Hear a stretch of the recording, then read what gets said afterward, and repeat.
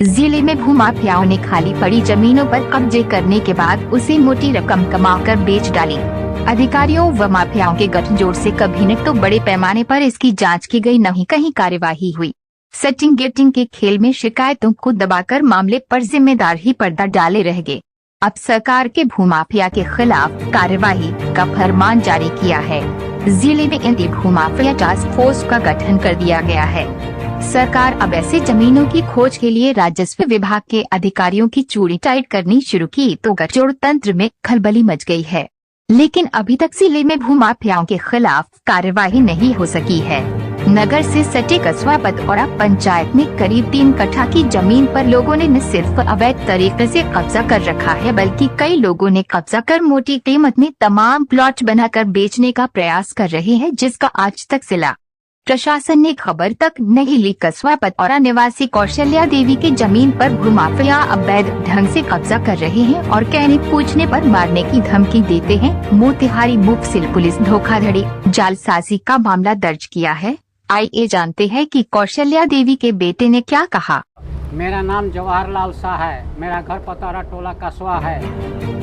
समस्या क्या हो गया? समस्या यही है कि मेरी माँ को जीविका में मिला जमीन 6 कट्ठा जो चंदन कुमार और रामेश्वर शाह द्वारा लिखा दिया गया, जिसका टाइटल सूट 298 चल रहा है, परंतु 298/22 चल रहा है। कौन बेचा? ये मेरी बहन जो है सो गीता देवी बेची।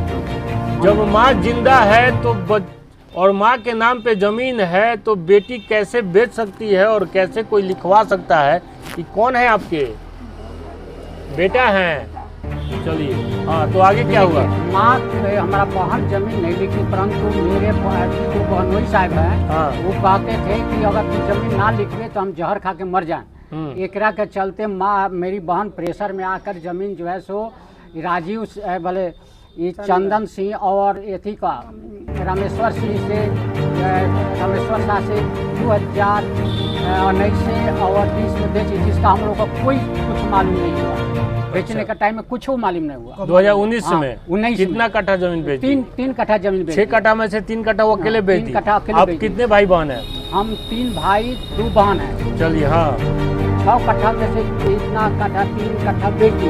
हाँ, उस पर जो है सो मेरी जो है सो उसका केस 298 नहीं 298/22 चल रहा है। टाइटल सूट चल रहा है। हाँ, टाइटल सूट चल रहा है। हाँ, फिर भी ये जो है सो जब उनका कोई अथी नहीं हुआ, जब वो हारने पर हो गए, हाँ, तब वह जो है सो इनसे राजीव नहीं ना, ये कथी ना कौन राजीव कुमार सिंह जो है सो महादा रजिस्ट्री कराकर उनको जबरदस्ती दखली करना चाह रहे हैं। आप दखली कर दीजिए। जब वो दखल करना चाहते हैं उसके बाद आप क्या किए?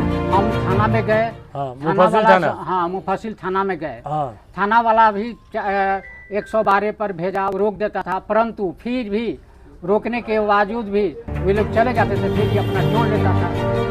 जो रात में जो है सो काम कराते थे और एक का अपने 100-200 लोग के जैसे उनका जो है सो वीडियो ये थाना प्रभारी चाहे 112 ये सभी लोग जो है सो उसका वीडियो करके ले गए। 3-3 4-4 वो 112 वाला इसका वीडियो करके ले गए, फिर भी उसका कोई प्रभाव नहीं पड़ा। पुलिस आती है, काम रुकवा देती है, पुलिस जाती है, फिर वो लोग वो अपना कर देते हैं। अपना मनोबल 144 भी हो गया जमीन पे 144 लागू। हाँ, 144 लागू हो गया, फिर भी वो जो है सो काम करा रहे हैं, जो कानून के धजिया को उड़ा रहे हैं। और मुफस्सिल थाना मदद नहीं कर रहा। और मुफस्सिल थाना क्या मदद करेगा?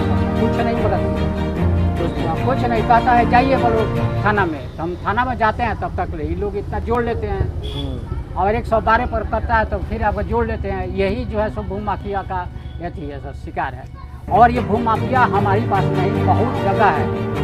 पूरा बिहार परेशान है। बिहार में परेशान जमीन का जो सर्वे चल रहा है इसमें भी काफ़ी कठिनाई का सामना करना पड़ रहा है और बिहार की जो सरकार है समझ नहीं पा रही है कि आखिर ये ज़मीनी विवादों को निपटाया कैसे जाए।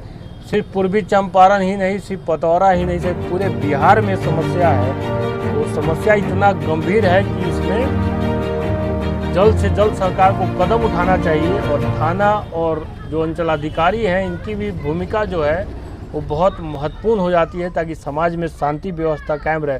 सरकार से क्या अपील कीजिएगा, थाना पुलिस से क्या अपील कीजिएगा? थाना पुलिस से यही अपील करेंगे कि हमारा जमीन जो है से कानून द्वारा उनको दे दिया जाए। हम ये नहीं कह रहे कि उनको बहन को नहीं मिले, परंतु जो मान लीजिए कि 6 कट्ठा ही जमीन है, अगर वो जो है सो इनकी जीविका है, जीविका कैसे चलेगा? अगर लेना ही चाहते हैं तो उसमें से जमीन जो हक मिलता 6 कट्ठा में से 5 हिस्से लगाइएगा तो 1 कट्ठा ना होता हुआ 1 कट्ठा उनके लिए भी तो चाहिए। बेटी के जमीन देवे के चाहता नहीं, बताइए। बेटी का 8 गो पोता है। अरे 8 गो पोता बा, 3 गो बेटा बा, तो बेटी के शादी कर देनी तो बेटी के जमीन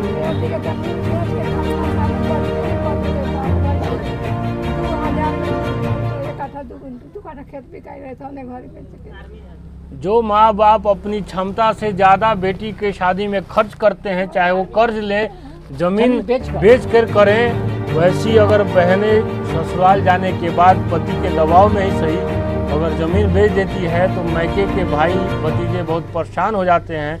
माँ है, अब इन्हीं का ज़िंदगी बाकी है और जब हक अधिकार इनका है तो कैसे कोई बच्चा इनके अधिकार क्षेत्र में जाकर इन जमीन बेच सकता है और कैसे कोई लिखवा सकता है? तो वो लोग दाखिल खारिज करवा लिया है, कुछ पता है आपको?